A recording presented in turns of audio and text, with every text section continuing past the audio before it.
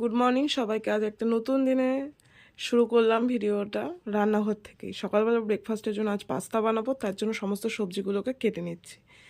আর সাথে করে পাস্তাটাকে সেদ্ধ বসিয়ে দিয়েছি একটু লবণ আর সাদা তেল দিয়ে। তারপর সেটাকে তুলে নিলাম আর এখানে ডিম কষা বানাবো বলে ডিম বসিয়ে দিয়েছি সেদ্ধর জন্য। আর পাস্তার জন্য ডিমগুলোকে একটু ঝুরি করে ভেজে নেব। তারপর তুলে নিয়ে সেই তেলের মধ্যেই দেব একটু রসুন আর পেঁয়াজ দিয়ে, তারপর সমস্ত সবজিগুলোকে দিয়ে একটু ভেজে ঠেজে তুলে নিতে হবে। তো দেখো পেঁয়াজের মানে সবজির কালারটা কত সুন্দর লাগছে না? কেন বলো তো? বিটের জন্য, কারণ বিট দিয়েছি না, এর জন্য লাল লাল হয়ে গিয়েছে, বেশ ভালো লাগছে। তারপর নিজের জন্য একটু ব্ল্যাক কফি বানিয়ে নিচ্ছি। তো সকাল সকাল চা কফি না হলে দিনটা যেন শুরুই হয় না, কেমন ঘুম ঘুম ভাব থাকে। তো একটু কফিটাকে এনজয় করার জন্য নিয়ে গেলাম জানলার সামনে দাঁড়িয়ে একটু কফিটা খেয়ে নেব।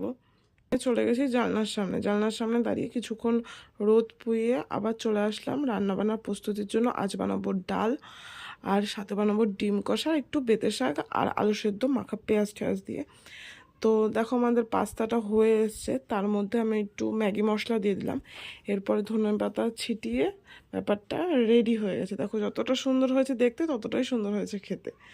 তারপরে আবার নতুন রান্না, কড়াইয়ে তেল দিয়ে তার মধ্যে কালো জিরে শুকনো লঙ্কা ফোড়ন দিয়ে পেঁয়াজগুলোকে ভেজে নিয়ে মুসুরির ডালটা যে ধুয়ে রেখেছিলাম সেটা দিয়ে দেবো।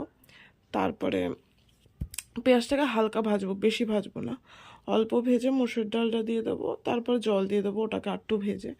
তো এই ডালটা বানানো খুব একটা মানে হ্যাপার কিছু নয়, কিন্তু খেতে অনেক সুস্বাদু হয়। আর রোজ দিন মাছ মাংস খেতে খেতে না একঘেয়েমি লাগে, তখন ওই ডাল আলু সেদ্ধ মাখা এই সমস্ত কিছুই ভালো লাগে।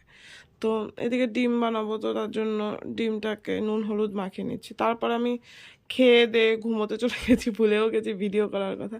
বিকেলে একটু উঠে বেরিয়েছিলাম, বেরিয়ে পরে এই একটু চা খেলাম, চা খেতেই বেরিয়েছিলাম। তারপর একটা কাপ কিনলাম, দেখে ভালো লাগলো তাই। আর একটা ব্লু হেভেনের সিঁদুর আমি যেটা ইউজ করি, ওটা খয়েরি কালারটা শেষ হয়ে গিয়েছিল, তো সেটা কিনে নিয়ে চলে এলাম। তারপরে সন্ধ্যাবেলার দিকে একটু গোপাল ভাঁড় দেখতে দেখতে ওই নতুন কাপে কফি এনজয় করে দিনটা শেষ করলাম। দেখা হচ্ছে নতুন ভিডিওতে।